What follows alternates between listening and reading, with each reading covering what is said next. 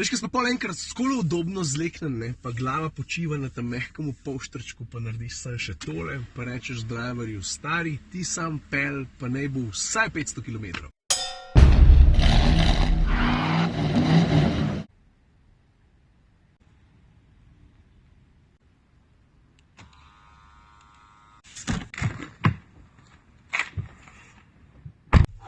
Zdaj, ko čakam, da se mi šipe odstalijo, pa da se lahko počasi odpeljem, moram povedati eno stvar. Danes s tem avtomobilom ne bom naredil sladko-kislih. Lahko bi jih, ampak jih ne bom. Se mi zdi, da je par drugih stvari, o katerih moram spregovoriti, o feelingu, o erotiki, o tehnologiji, pa konec koncev tudi o tekmecih. A veš, kazal sem, da recimo fotko kabine tega avta gor, pa se je zelo hitro unela debata, ali Mercedes ja, ali pa Mercedes sploh ne, pa koliko je 7-ka boljša, pa koliko 7-ka ni boljša. Mislim, take zanimive debate.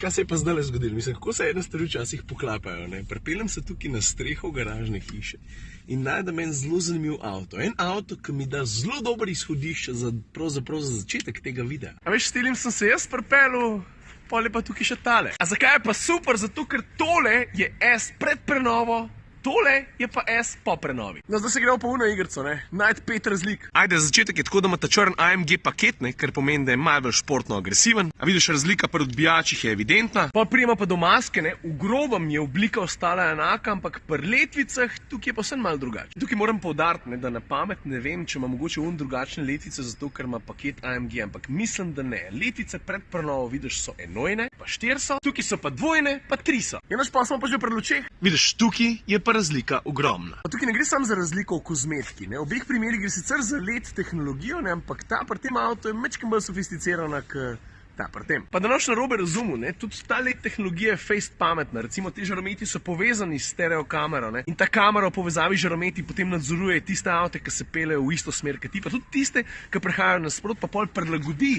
delovanje žarometov. Super zgodba, ampak ta tukaj, v tem primeru, ima pa vsak žaromet na razpolago 84 elektronsko nadzorovanih posameznih LED žarnic, ki se tako ali pa drugače še bolj optimalno prilagajajo prometu. Če se jaz prav spomnim iz glave, 2013, ki je Mercedes ta avto predstavil, ki je ta generacija ven prišla, so povedali, da povprečni voznik samo 20% časa, v najboljšem primeru, voz po noč. Ampak pazi to, 40% vseh hudih nesreč se pa pol zgodi pri slabši vidljivosti oziroma po noč. To zdaj govorim za avte na splošno, zakaj je pomemben, da imaš ti dobre luči na avtu. Ok, zdaj pa zares, kaj si mislim o S-klasi, vem, parkiral sem kot kreten, bolj iz estetskega učinka, ker se mi zdi, da z tega lekota vse skupaj malo bolj zgleda, pa zadnji imam mesto za koliso, če bo pa kdo prišel, ga pomaknil, prav. Za začetek to, Mercedes je ta prvega S-a naredil leta 72. Da se razumemo, luksuzne limuzine so delali že veliko prej, ampak takrat se je prvič pojavila črka S in se pol nadaljevala vse do danes. Pa zdaj po mojem ne rabim prav posebej poudarjati, da je glih S-klasa na 1001 način tako ali pa drugače vplivala na napredek avtomobilske industrije, v bistvu avtomobilov nasploh. A veš, skozi leta so si takole pri Mercedesu marsikaj izmislili, za začetek ABS, pa ne samo to. S-klasa je bil prvi avto, ki je imel ESP serijski. Ok, zdaj pa cajt, da zaglodamo v kost, ki se ji reče S-klasa pa tekmeci. A veš, zanj sem dal na Facebook eno sliko kabine tega avtomobila, pa sem rekel, da meni osebno zelo ustreza in stari, kakšna debata se je 1, 2, 3 unela, S-klasa, ja, S-klasa, ne, pa 7-ka je stokrat boljša, pa tako naprej. Le za začetek bi jaz povedal takole,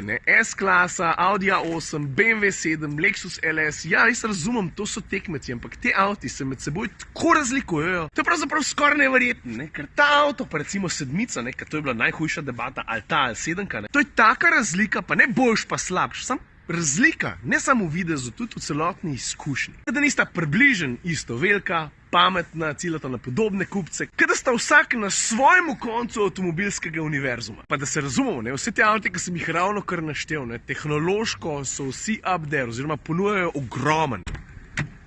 Drugačnost pristopa pri celotni ambientalni izkušnji, če se malo suhoparno izrazim, pri Mercedesu ali pa pri Audiju, BMW-ju, stari, to je... Se mi zdi, da bolj drugače sploh ne more biti. Ne samo, da primerjaš dve živali, ki sta čist druge vrste. Po eni strani kar težko razložiti, absolutno pa velja ena stvar, tukaj gre za oseben okus. In kako sem že zadnjič povedal pri E-klasi, pri all-terrainu, meni ta stil, ki ga ponuja Mercedes pri svojih večjih modelih, predvsem pri tistih bolj luksuznih, zelo mi ustreza. Veliko bolj mi je pisan na kožo, kot tisti, ki ponujajo pri BMW-ju. Pa ne, da bi zdaj BMW jaz disal, da ne delajo dobro, zato ker 7-ca je Da sem to že enkrat zelo dobro pokazal, ne, takrat, ko sem ga za 300 € predstavil, ne, je vrhunski avto. Enako velja za Audi, enako velja za Lexus, mimogrede, ko mi čakam, da se usedem še v to novega A8 pa v LS-a, ne, da vidim, koliko je pa ura pri tistih avtih. No, ampak če ostanem pri S-klasi, pa pri tej kabini, ta avto je v vseh pogledih nadgradnja E-ja. Se v osnovi sta si zelo podobna, ne, tele okrogli zračniki, pa armaturka podobni teče, pa dva velika zaslona, ampak praksa, občutki, to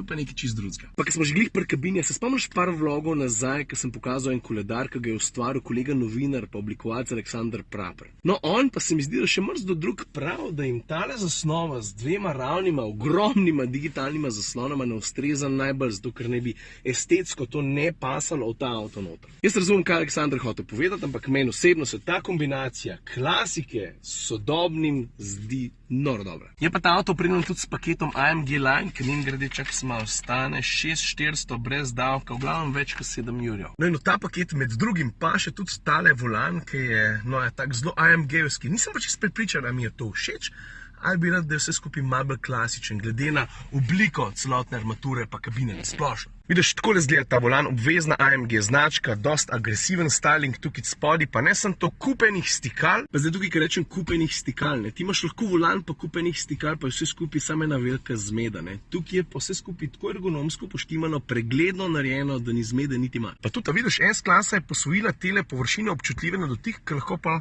prilagajaš, kaj se vse dogaja tukaj na digitalni instrumentni plošči. Ampak dizajn sam po sebi nikoli ni dost, ne. Vedno moraš imeti pol še tiste mehne dodatke, detajle, ki dizajn oplemenitijo, recimo les črnega jesna. In pokad, kot vedno pravim, sešteješ te stvari na kup, dobiš en tak edinstven pečat, ne. V tem primeru pečat prestiža, glamurja. A veš, kljub temu, da je S-klasa tak sodoben tehnološki masterpiece, imaš občutek tistega malo old school, no? A veš, se mi zdi, sploh ne vem, če se mi zdi, no. Evidentno je, da zna Mercedes kot znamka še najboljš izpostaviti ali pa poudariti vso to svojo tradicijo. A veš, se mi zdi, da ni najlažje narediti tehnološko zelo napreden avto, ne, pa da je občutek v kabini tako umirjen, tako zrelaksiran, ki je tukaj noter. Po drugi strani je pa tako, ne, pri Mercedesu so si avto zmislili, tako da bi bilo žalosten, če ne bi znali malo tega čara preteklosti spraviti v kabino, kot je takšna. Ja, v drugo vrsto bi se tudi spodobili, ta? Vrata pa tako, ko se pri sodobni luksusni limuzini spodobne, ne rabiš za loputnic. Samo tole narediš, da se lepo samo od sebe zaprejo. Takole, lej.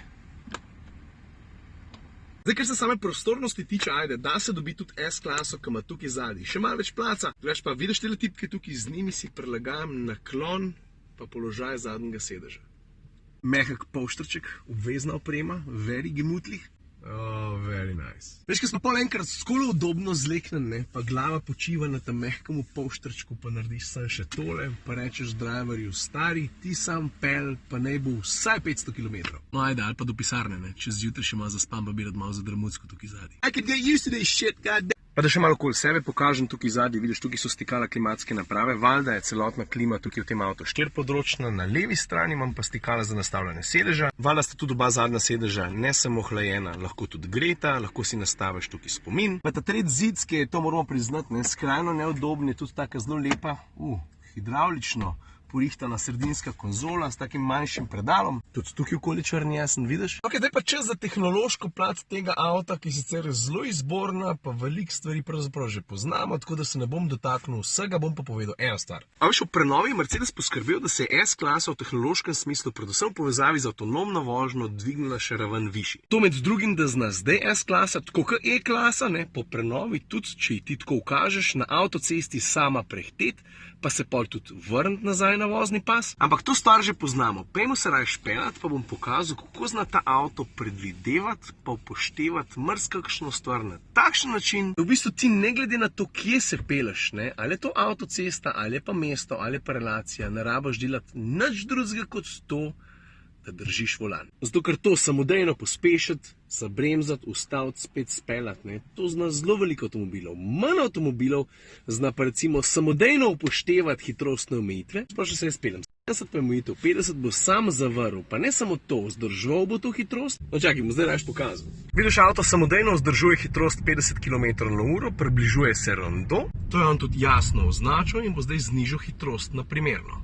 Rondo sem zdaj zapustil in zdaj spet pospešil nazaj na zakonsko določenih 50 km/h. Pa bodimo iskreni, ne, če nisi take vrste tip, da si precej nervozen, ne, pa se ti ponovadi nikamor ne mudi, ne, so takšni sistemi odlični za to, da ti prihranijo kakšno kazen. Ne. Ti se pač ne obremenjuješ s tem, kakšna je omejitev. Ne. Ti pač sam peleš, držiš volan in veš, kam greš, avto poskrbi pa za ostalo. Ni pa to ta prvo avto, ki ga pelem, ne, da zna upoštevati prometne omejitve, se prilagajati tudi delu na cesti, pa to prepoznati, pa pol tudi tam znižati hitrost ali pa znižati hitrost, ko priješ do križišča. Ne. Ta prvo avto, ki je to znal, ki sem ga jaz pelil, je bil pa Audi Q7. Koliko je, 2 leti nazaj, ki je pa šla nova generacija. Pa naš nisem povedal o motorju pa pogonskem sklopu, ne, 4-kolesen pogon, 3-litrski dizel, 340 konjev. Poprečna poraba pa tako, ne, na avtocesti 7,2, 7,3, poprečje pa sem se veliko pelil v mestu, pa nič ga nisem šparil, je pa 8,9. Pa za avto, ki je toliko velik, pa ki ima 340 konjev, stari,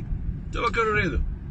Za konec pa še ena taka stvar, ki je obenem zelo pomembna, po drugi strani pa pri kupcih teh avtomobilov niti ne toliko. Cena. V tem primeru, tako sem že prej v avtu povedal, ne, gre za S400, dizelski motor, 6-valjnik, 340 konjev, 4-kolesnim pogonom in tak avto v osnovi stane tam slabih 112, pa dobrih 112 jurjev. No, ampak ta avto ima pol še pikico dodatne opreme, za okroglih 60 jurjev. Mislim, niso to po eni strani take bolane številke. Kaj ti vse lahko dobiš za 60 jurjev? Recimo 3 Honda Civic, ali pa 375 parov telih Jordan, ali pa 24,000 burekov. Zgolj smo mogoče samo še tole, ne. Meni se zdi precej nesmiselno kregati, ne, kjer je zdaj boljši. A je to A8, a je 7, a je S-klasa. Zato, ker ti avti, ne, so čisto vsi po vrst hudičev dobri. Na koncu, tako kot ponavadi, pride do osebnih preferenc. Jaz pa še najraje takole povem, ne, dajmo tudi tisti, ki si takšnih avtov tudi približno ne moramo privoščiti, vsaj takole na daleč, a pa včasih malo bolj na blizu, uživati v tem, kaj znajo ponuditi, pa predvsem na kakšen način, ker raznolikost avtomobilski svet